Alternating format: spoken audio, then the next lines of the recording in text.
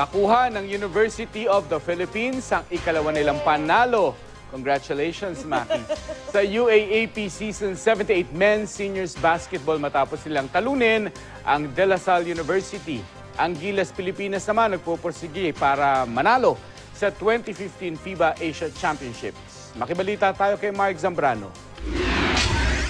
Tamang timpla ng mga veterano at mga bagito. Ito ang magiging mukha ng bagong Gilas Pilipinas na sasabak sa 2015 FIBA Asia Championship ngayong buwan sa China. Isang matinding hamon ito para sa ating pambansang koponan dahil ang mananalong Asian team sa torneo ang makakasungkit ng kaisa-isang slot para sa 2016 Rio Olympics. Solid pa rin naman ang ating Gilas na maasahan ng international experience ni Jason Castro, Gabe Norwood, ang steady na si Ranidel de Ocampo at ang sipag ni Mark Pingris. Para naman magbigay ng presensya sa gitna, pinili ni Coach Baldwin sina Sunny Tos at Asi Taulava. Magbabalik din ang naturalized player natin na si Andre Blatch. Para sa kinakailangang firepower sa frontline, napili si Cebuano hotshot Dondon Ontiveros, ang first-time Philippine team player na si JC Intal, at ang isa pang versatile player na kayang lumaro na guardia o forward na si Matt Ganuelas. At upang masigurong hindi mauubos ang energy level ng Gilas Pilipinas 3.0, inilista sa final lineup ang guard sensation na si Terence Romeo at ang walang kapagurang halimaw na rebounder na si Calvin Abueva. At sa kanilang pinakitang karakter sa kanilang silver medal finish sa katatapos lamang na Jones Cup, masasabing hindi tayo maagrabyado sa pagsagupa natin sa hamon ng buong Asya.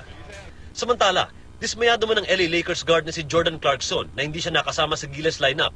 Patuloy naman daw niyang susuportahan ang ating pambansang koponan. Sa mundo naman ng collegiate basketball, nakuha ng mas pinalakas na UP Fighting Maroons ang kanilang ikalawang sunod na panalo sa Season 78 ng UAAP kontra sa De La Salle Green Archers. Ito ang kauna-unang pagkakataon na nagkaroon ng dalawang sunod na panalo ang Fighting Maroons mula noong 2005. Extremely happy. Until now, siguro, me and my teammates are still on a high. We played our best. We're just gonna keep playing the way we've been playing since the first game. Dahil sa ipinamala sa precision shooting ng Maroons, sa pagtatapos ng first half, tambak ang Green Archers na 13 puntos, 41-28.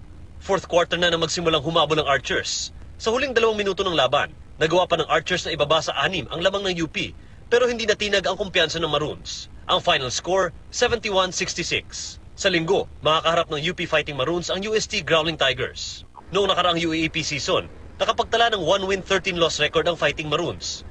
Pero tila ibang usapan na ngayon dahil sa malakas na paglalaro na ipinapakita ng UP sa ilalim ng pamumuno ng veteranong skills coach na si Joe Ward.